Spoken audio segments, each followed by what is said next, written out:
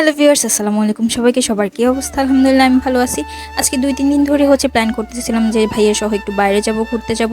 But যাওয়ার কথা ছিল এক জায়গায়, চলে গেছে আরেক জায়গায়। ওদের কিছু কেনাকাটা ছিল, তো আমরা প্রথমে চলে গেছি এশিয়া বাজার।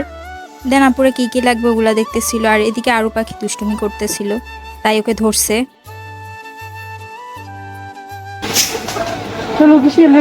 তুমি দুষ্টু করবা? দুষ্টু করবা না, আরে না আরে তো ভাইয়া কাছে যাবো। দুলা ভাইয়া আছে, তুমি তুমি দুষ্টু করিও না। এখানে কি লাগবে আমরা দেখতেছিলাম। ফোন সিনথিয়ার হাতে ছিল, ভিডিও করতেছিল। যদিও ভাইয়া থেকে লুকাই ভিডিও করতেছিলাম, কারণ ভাইয়া একেবারেই ক্যামেরার সামনে আসতে চায় না। তো ভাইয়াকে না বলে ভিডিওগুলো করছি। এদিকে ভাইয়ার চোখ পড়লো রামেনের দিকে। ভাইয়া বললো যে রামেন নুডলসটা নিতে, বললো যে বাসায় গিয়ে আমরা সবাই মিলে চ্যালেঞ্জ করব কে কার আগে খাইতে পারে। আমরা আসলে 2xটা ট্রাই করছি, আর ওটা ট্রাই করে আমাদের অবস্থা পুরো খারাপ হয়ে গেছে। বাট এটা 3x, এটা আরও বেশি ঝাল হবে, আমি ওটাই সিনথিয়াকে বলতেছিলাম।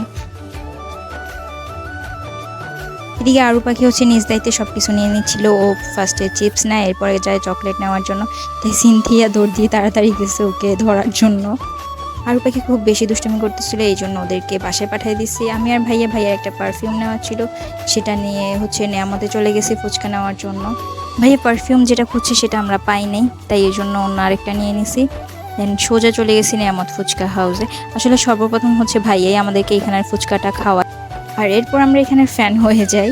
সে তখন থেকেই আমার নেয়ামতের ফুচকাটা পছন্দ হয়ে যায়। আর আমি ফেনীতে ফুচকা ভালো লাগে বললে আমি এখানে ফুচকাটাই খাই। এখানে ফুচকাটাই আমার কাছে বেস্ট মনে হয়।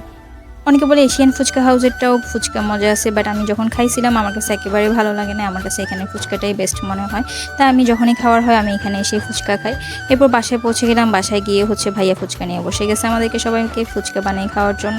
এখানে ভাইয়া ক্যামেরাকে নিচের দিকে নামাই দিয়েছে যেন ভাইয়াকে না করি ভিডিও।